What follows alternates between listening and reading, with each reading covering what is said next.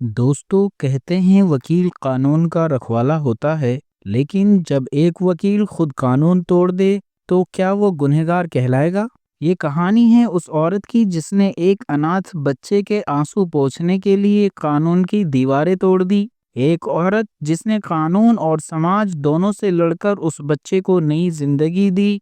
लेकिन सवाल ये है, क्या ये रिश्ता मोहब्बत था या मजबूरी या फिर अपराध? जब अदालत में सिर्फ धाराओं की गूंज उठ रही थी, तब एक वकील ने अपने दिल की आवाज सुनी। क्या दिल की आवाज कानून से बड़ी हो सकती है? आइए जानते हैं पूरी कहानी क्या है। दोस्तों, स्वागत है आपका क्राइम और इश्क की वीडियो में। नवागढ़ की जिला अदालत के विशाल हॉल में गर्मी की तपिश, पंखों की सुस्त आवाज के बीच हर चेहरे से पसीना टपक रहा था। काले कोटों का सागर, वकीलों की तेज आवाजें और केस फाइलों का पहाड़, इन सब के बीच में एक चेहरा सबसे ज्यादा चमक रहा था। वह चेहरा था एडवोकेट अदिति शर्मा का। सिर्फ 28 साल की उम्र और आंखों में चमक और चेहरे की नरम रेखाएं किसी अनुभवी योद्धा जैसी थी।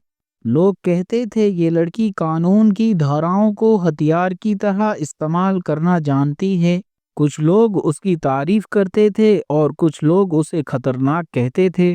पर अदिति की आंखों के पीछे छिपा दर्द कम ही लोग जानते थे, क्योंकि माता-पिता की अचानक मौत, रिश्तेदारों की बेरुखी और उन पर बोझ है कहे जाने का ज़हर, यही अदिति की ताकत भी था और उसकी कमज़ोरी भी।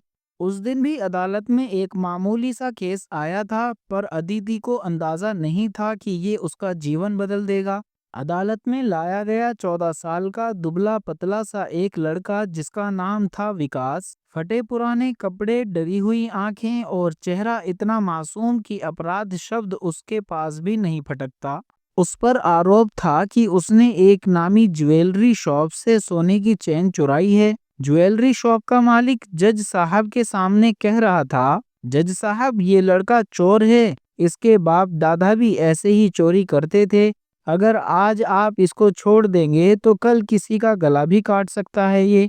अदिति की नज़र जब उस बच्चे पर पड़ी तो उसको बड़ी हैरत हुई, क्योंकि उस चेहरे में उसे अपना बचपन नजर आया। उसी पल उसने ठान लिया, चाहे जो हो वे इस केस को लड़ेगी। जब अदालत में केस की कार्रवाई शुरू हुई तो पब्लिक प्रोसिक्यूटर ने कड़ी दलीलें दी, पुराने आरोपों का भी हवाला दिया। लेकिन जब अदिति खड़ी हुई तो अदिति की आवाज अदालत में तलवार की आवाज की तरह गूंजी। जज साहब, इंसान पर लगे हुए आरोप सबूत नहीं होते। ये बच्चा अनाथ है, इसकी माँ दुनिया में नहीं रही और इसके पिता जेल में हैं। ये सड़कों पर भटकता फिरता है, इसकी भूख ने इसे चोरी करने के लिए मजबूर किया है। क्या हम इसकी मजबूरी को अपराध कह सकते हैं? अदिति की दलील सुनकर कोर्ट रूम में सन्नाटा सा छा गया और जज साहब अदिति की बातों को पूरे ध्यान से सुनते रहे। अदिति की दलीलें सुनने के बाद जज साहब ने फैसला सुनाया कि अदालत ने विकास को बरी कर दिया है, लेकिन इसको किसी ईमानदार और जिम्मेदार लोगों के साथ रहना होगा ताकि ये अच्छी शिक्षा और संस्कार सीख सके। अदिति ने जज साहब से कहा कि विकास को वे अपने साथ रख लेगी। जज साहब ने कहा, ठीक है, तुम रख लो। और जैसे ही अदालत की कार्रवाई खत्म हुई, विकास ने अदिति के पैर पकड़ लिए और बोला, मैडम, अगर आज आप नहीं होती तो मैं जेल चला गया होता। उसकी भीगी भीगी आंखों में अदिति ने अपने बचपन की परछाई देखी। विकास को अदिति अपने घर ले गई। अदिति के घर में रहते रहते कुछ ही दिनों में वह लड़का उसके छोटे से घर का हिस्सा बन गया। नए नए कपड़े, पढ़ाई का मौका और सबसे बढ़कर उसे अदिति से मिला अपनापन, और धीरे धीरे विकास का डर खत्म होने लगा।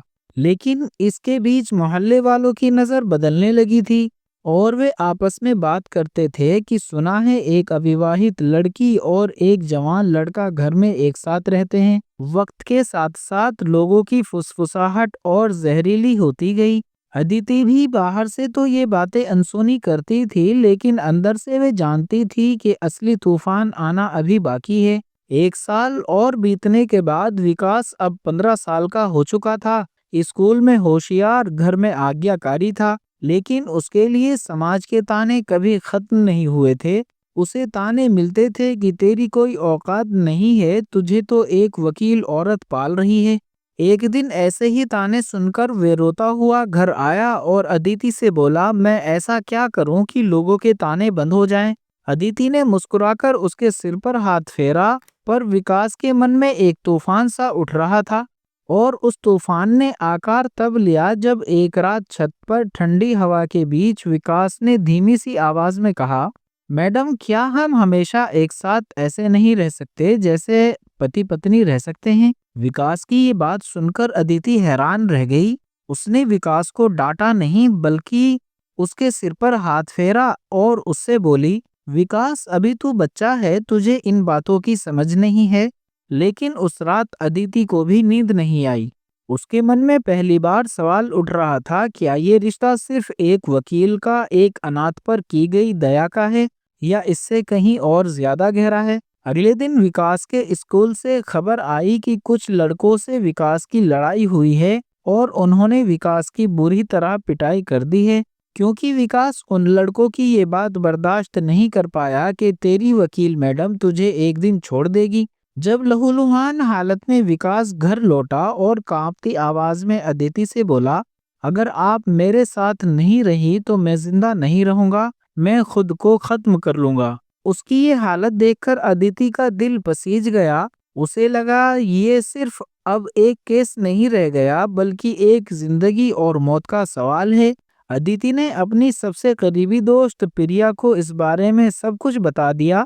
प्रिया अदिति पर गुस्से से चिल्लाई और बोली, अदिति, तुम पागल हो गई हो, ये तुम्हारे करियर का अंत होगा, लोग क्या क्या बातें करेंगे तुम नहीं जानती।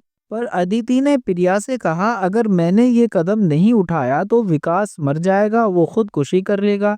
और फिर उस रात एक सुनसान मंदिर में सिर्फ पुजारी और प्रिया की मौजूदगी में अदिति और विकास ने 7 फेरे लिए और शादी कर ली। शादी के मंत्रों की गूंज में समाज, कानून और मर्यादाएं धुंधली हो गई। बस 2 आत्माएं थी जो दुनिया से लड़ने को तैयार थी।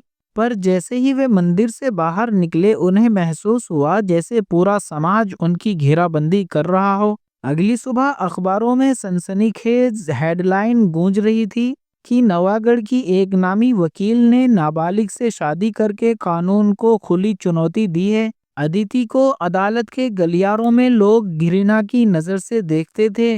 अदिति को बार कौंसिल का भी नोटिस आया। पुलिस ने बाल विवाह निषेध अधिनियम के तहत अदिति पर केस भी दर्ज किया। अदिति के घर के बाहर लोगों की भीड़ पत्थरबाजी और नारेबाजी करती थी, जैसे अदिति और विकास एक जेल में कैद हो गए हों।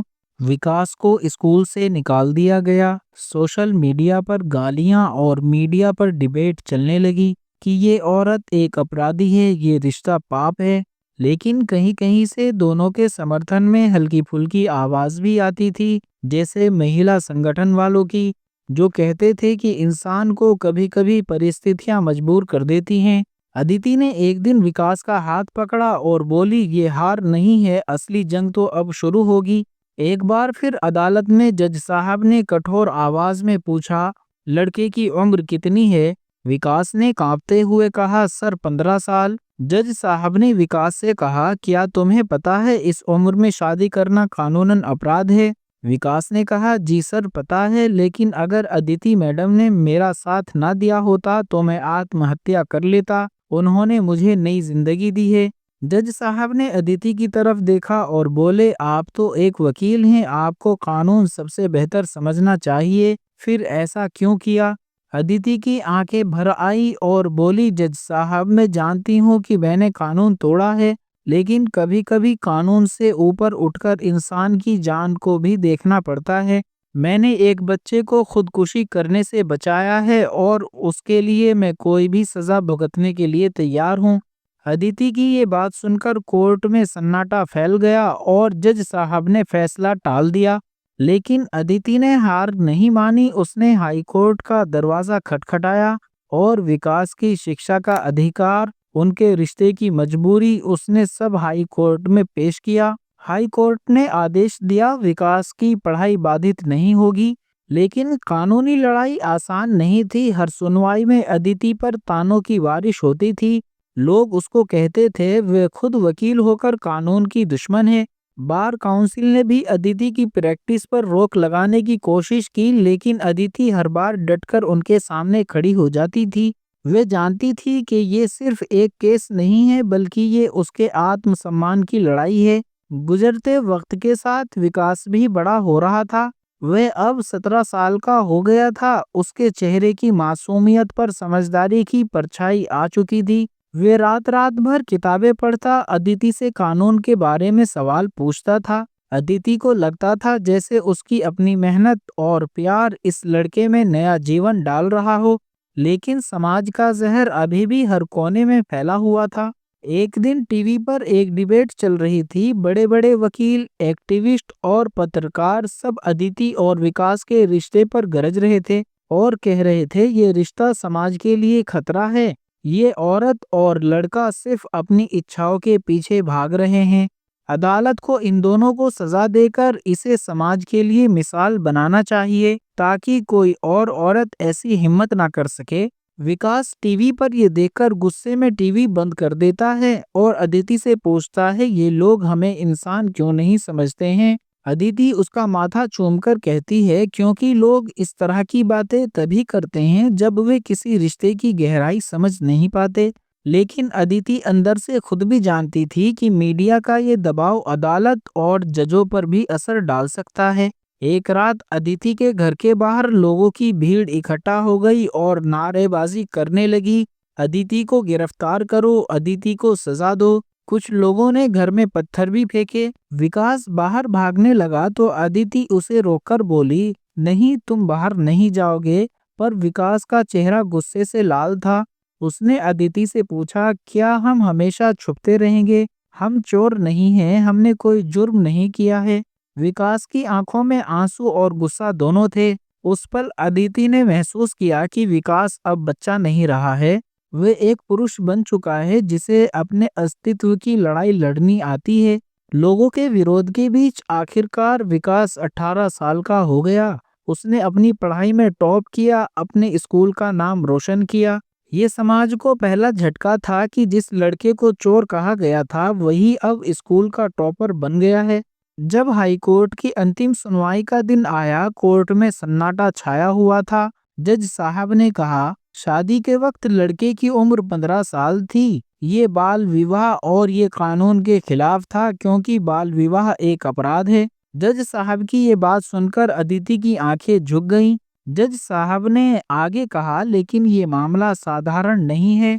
यहाँ कोई शोषण नहीं हुआ है। यहाँ एक औरत ने एक अनाथ बच्चे को मरने से बचाया है और उसकी परवरिश की है। और इस लड़के ने अपनी शिक्षा और आचरण से ये साबित किया है कि ये रिश्ता उसके लिए विनाशकारी नहीं बल्कि जीवनदायी साबित हुआ है।